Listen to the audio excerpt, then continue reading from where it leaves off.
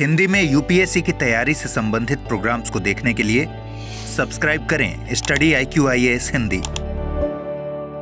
नमस्कार, बहुत बहुत स्वागत है आप सभी का स्टडी IQ-IAS हिंदी में। मेरा नाम है अतुल जैन। तो भाई अगर आप भी, आप तो नहीं होंगे, लेकिन अगर आप 90 के दशक के भारत में बड़े हुए हैं और आपने देखा है कि भाई हमारी विधानसभाओं में किस प्रकार की घटनाएं होती थी, तो ऐसी कुछ घटनाएं मैंने अपने बचपन में, जब मैं छात्र था तब मैंने इस प्रकार की घटनाएं देखी कि विधानसभाओं में, उत्तर प्रदेश की विधानसभाओं में जूते चप्पल चले थे, लोगों ने एक दूसरे के साथ मारपीट की थी। बिहार की विधानसभा में एक बार इस तरह की हरकत हो चुकी है।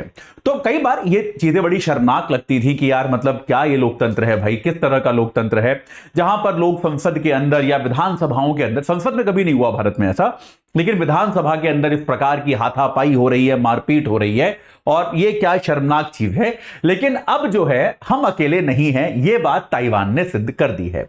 तो भाई ताइवान की संसद के अंदर सांसदों में जिस प्रकार की मारपीट हुई है वो पूरी दुनिया में न्यूज का कारण बन गया। आपको वीडियो दिखाऊंगा, अभी खाली ऐसे बताऊंगा नहीं, बड़ा ही दुखद वीडियो है, लेकिन ये सब देखकर आपको हंसी भी आती है कि यार ये क्या चल रहा है। लेकिन ताइवान की संसद में जो मारामारी हुई है, लोगों ने आपस में, सांसदों ने मारपीट की है, उसका वीडियो आपको दिखाऊंगा और फिर ये चर्चा करेंगे अगले 5 मिनट के लिए बस कि ये मामला क्या है, ये लड़ क्यों रहे हैं, हो क्या रहा है। एक बार इसके बारे में हम जानकारी प्राप्त करने की कोशिश करेंगे। तो बस 5 मिनट का वीडियो है, ध्यान से देखिएगा। लेकिन उसके पहले आपको बता दूं कि भाई एजे लाइव कोड लगा के 27,999 रुपए में आप हमारे नए P2I बैच से जुड़ सकते हैं। 17 तारीख को शुरू हुआ है, सुबह 8 बजे रोज 3 घंटे की लाइव क्लास मिलेगी। डेली प्रैक्टिस क्वेश्चंस मिलेंगे, प्री और मेंस दोनों के। मेंस के क्वेश्चंस का इवैल्यूएशन होके मिलेगा, फीडबैक मिलेगा। प्री मेंस की टेस्ट सीरीज मिलेगी, 18 प्रिंटेड किताबें आपके घर पहुंचेगी, और अगर आप प्री क्वालिफाई करते हैं तो आपको मेंस की तैयारी के लिए हम दिल्ली बुलाएंगे। आपका रहना, खाना, पढ़ना सब इसी फीस के अंदर इंक्लूडेड होगा, माफ कीजिएगा। तो आज ही इस बैच से जुड़ जाइए एजे लाइव कोड लगाकर, इसमें बिल्कुल भी देरी मत कीजिए। चलिए अब पहले आपको वीडियो ही दिखा देते हैं। किधर गया भाई, हाँ, तो ये आप देख सकते हैं, ये वीडियो जो है, चलिए इसको फुल स्क्रीन कर देते हैं। बड़ा दुखद है, आवाज भी ऑन है, तो मेरे ख्याल से आवाज भी आपको आएगी, मैं आशा करता हूं आप देख पाएं। हाँ।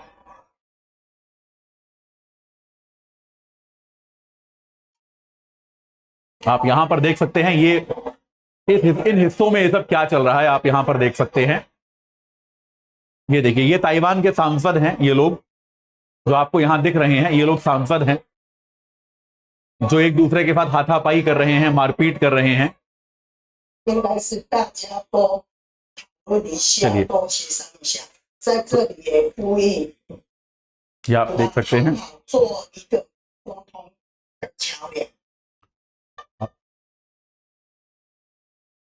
आप यहां पर देख सकते हैं।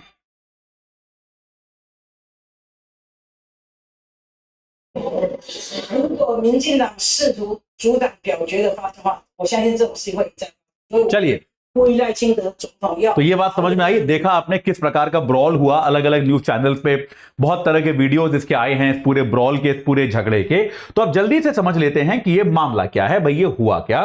देखो ताइवान में क्या होने वाला है, अभी मंडे को, सोमवार को नए राष्ट्रपति जो हैं वो अपना पदभार ग्रहण करने वाले हैं, जिनका नाम है लाई चिंग-ते। और देखिए ताइवान, अगर आपको लगता है कि भारत की राजनीति में नेताओं की एक दूसरे से शत्रुता है और सब एक दूसरे के दुश्मन हैं, तो भैया ताइवान की राजनीति तो अलग ही लेवल पे है।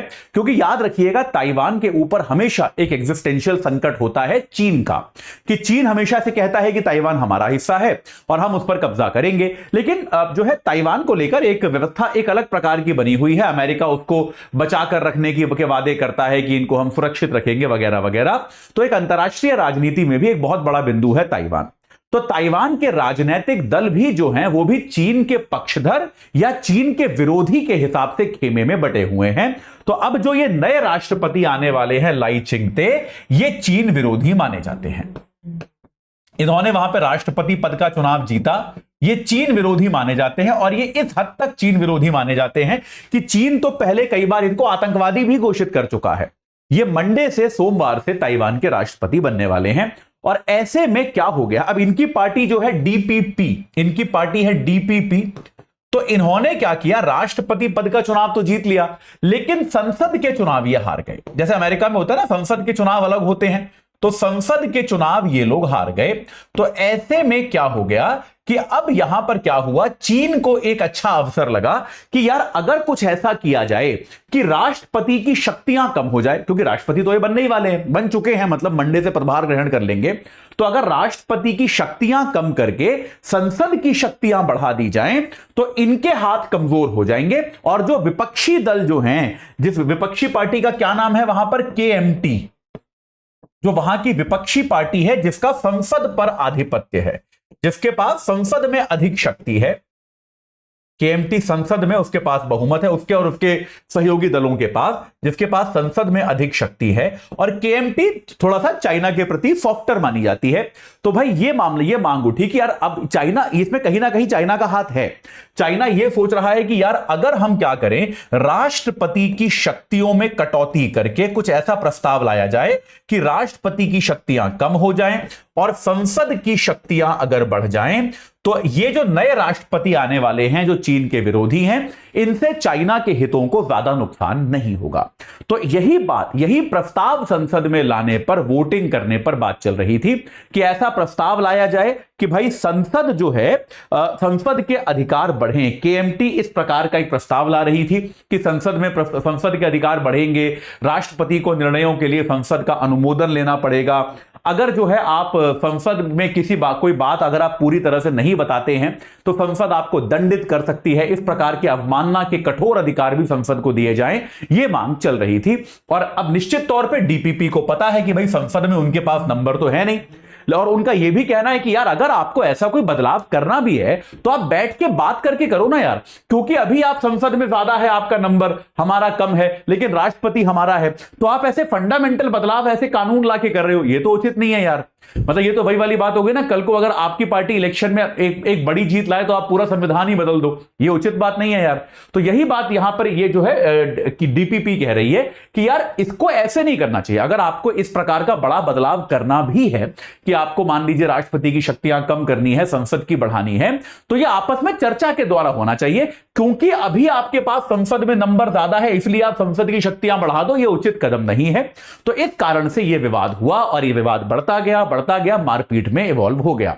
हालांकि मैं आपको यह भी बता दूं कि ताइवान की संसदीय संस्कृति में यह कोई नई बात नहीं है।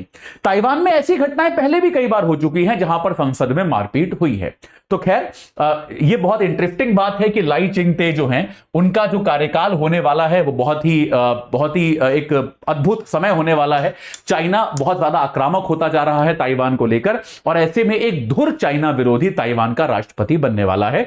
तो आने वाला समय जो है वो ताइवान के लिए बहुत इंपॉर्टेंट है, और ताइवान अंतर्राष्ट्रीय राजनीति के लिए इंपॉर्टेंट है, सेमीकंडक्टर का बहुत बड़ा केंद्र है। तो यहां पर इस पर नजर हम सभी बनाकर रखेंगे कि ताइवान में कुल मिलाकर यह प्रक्रिया क्यों हो रही है और वहां पर अब आगे क्या होता है। ठीक है, चलिए अभी के लिए इतना ही। आपको फिर से बता दूं कि भाई हमारे P2I बैच से जुड़ने के लिए आप AJ लाइव कोड लगा के 27,999 में जुड़ सकते हैं। 17 तारीख सुबह 8 बजे से बैच शुरू हो गया है। रोज 3 घंटे की live class, mentorship, daily practice questions, pre और मेंस दोनों के, मेंस के क्वेश्चंस का इवैल्यूएशन, प्री मेंस की टेस्ट सीरीज, 18 प्रिंटेड किताबें, और अगर आप प्री क्वालिफाई करते हैं तो आपको दिल्ली बुलाकर आपका रहना, खाना, पढ़ना सब इसी खर्चे में समावेशित होगा।